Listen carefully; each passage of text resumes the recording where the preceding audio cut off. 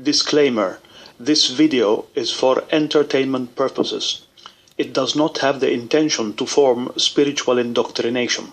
The narrator is a non-professional fiction storyteller. If you wish to seek professional advice on any controversial topic relating these videos, please refer exclusively to a licensed religious leader of your choice. Benefits of a Total Governance 2018.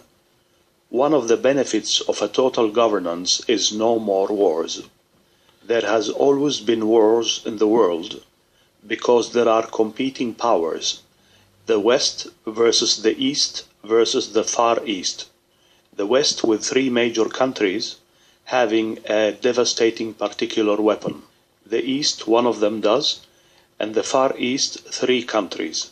So potentially 7 countries in the world have the capacity of inflicting very serious and permanent damage.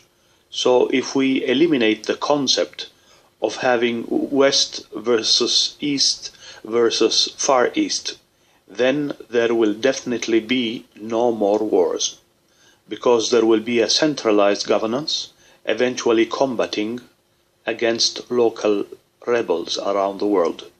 But they can be easily silenced because labeled as illegal, and rioters or hooligans or troublemakers, and they can be re-educated, not brainwashed of course, but re-educated by attending many sessions and lessons held by university professors all over the world. I can also make you notice that even now we have a total governance. It's a total governance in a small scale.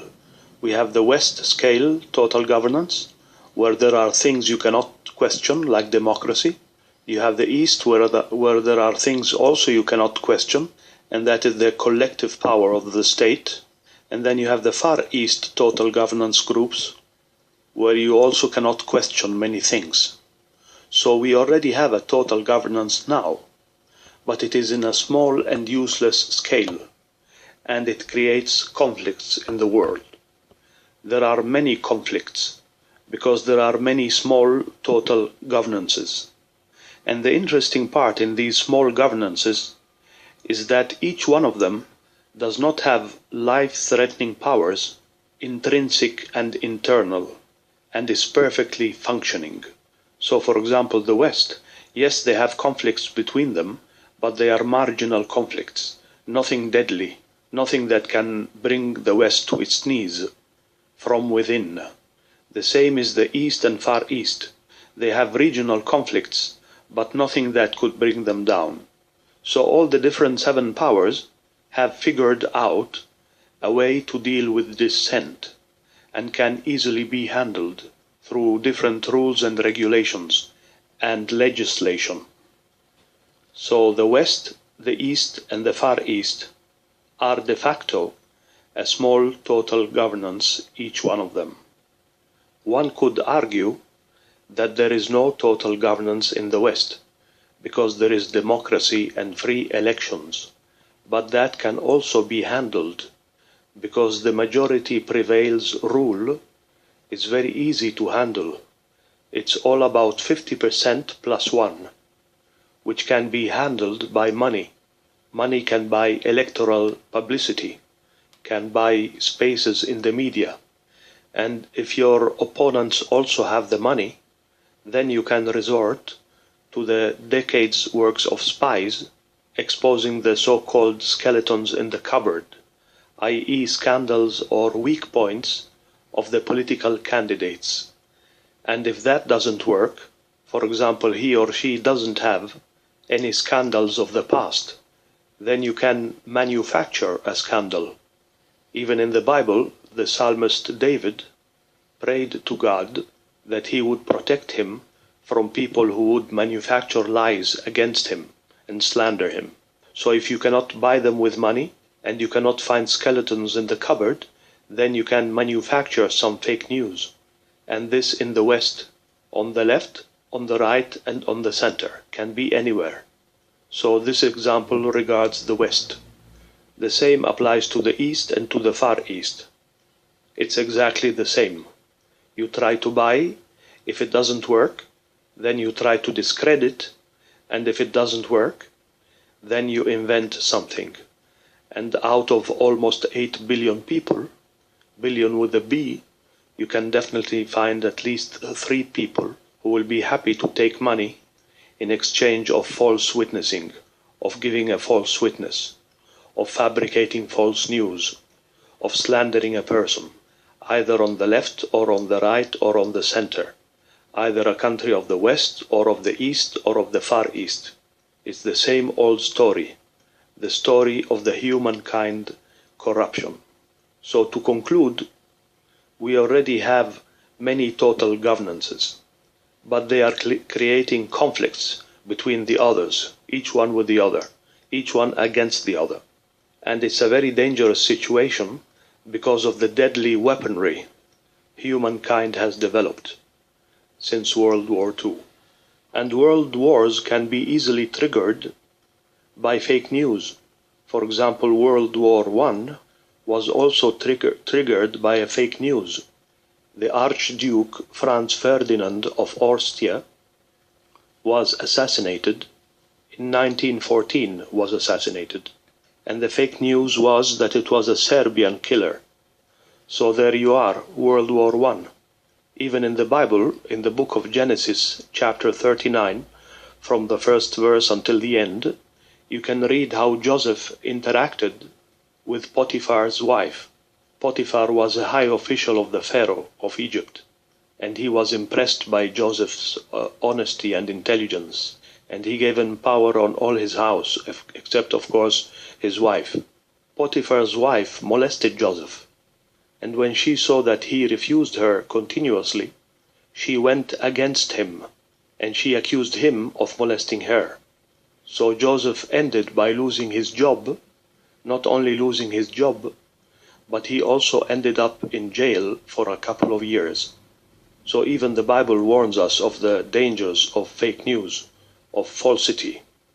It is a deadly instrument in the hands of the West, of the East, and of the Far East. And that instrument makes them become small total governance entities that can battle one against the other. So what I'm trying to say is that instead having different small total governances, we might as well have one, but a big one. At least we can be sure that will be no battling between groups, because there is one group, one entity, and it has the total power to control the deadly weaponry, that it cannot be used against itself. And that might open a new scenario, and that is a total denuke, a denuclearization, to demolish the nukes. No nukes anymore. You cannot do it now, because there are 7 entities.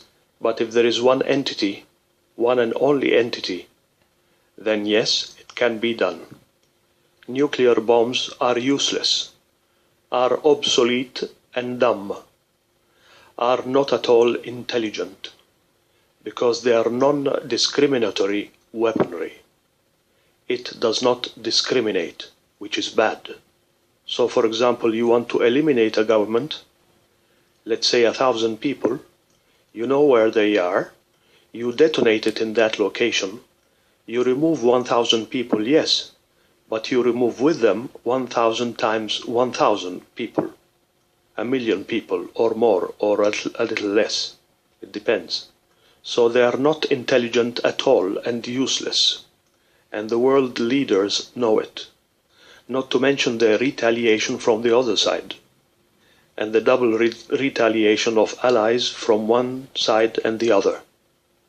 So denuking is possible only through one total governance. And they can be substituted by the latest generation weaponry, which is the opposite, i.e. it is discriminatory. It discriminates, it chooses, it selects, up to a precision of 1 inch. They are satellite laser beams. But their weak point is people hiding in bunkers. So if a person hides below the surface of the earth, then he cannot be spotted. But who would accept to live as a cockroach for his or her whole life? No one.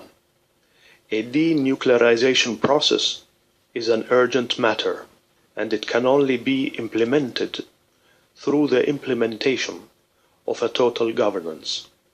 The dangers of nukes is a detonation made by mistake. We are living perilous times. Generals all over the world are nervous, not only of what is happening in their own country, but what's happening all over and abroad. A real detonation can be also erroneously provoked through a dialectical interaction or a harsh negotiation on something. Maybe someone says something which sounds very harsh, but he himself, between himself and his own mind, is only joking, is only negotiating, and he doesn't mean what he's saying. But it is perceived on the other part in another manner, and it can trigger certain mechanisms. And then suddenly it goes out of control of both parties. So both parties want to retract, want to go back on their steps, but they thoroughly find out that it's too late. And that is generally born out of the belief that what they are saying and what they are living cannot possibly break into a real danger for themselves or for the others. Like when we were kids, we were playing, we were joking, and sometimes the joke was a little bit heavy, and other times it degenerated into a row, and we wouldn't have imagined it. It's like playing with fire and burning your fingers, or underestimating the power of the gas. That's why in urban centers in the cities, there are many explosions in the houses because of the gas. Because housewives and people generally underestimate the power of the gas. It's the same old story with the leaders underestimating the power of their words, the power of what they convey to the other part. So let us pray for world peace. Fred Zakaria.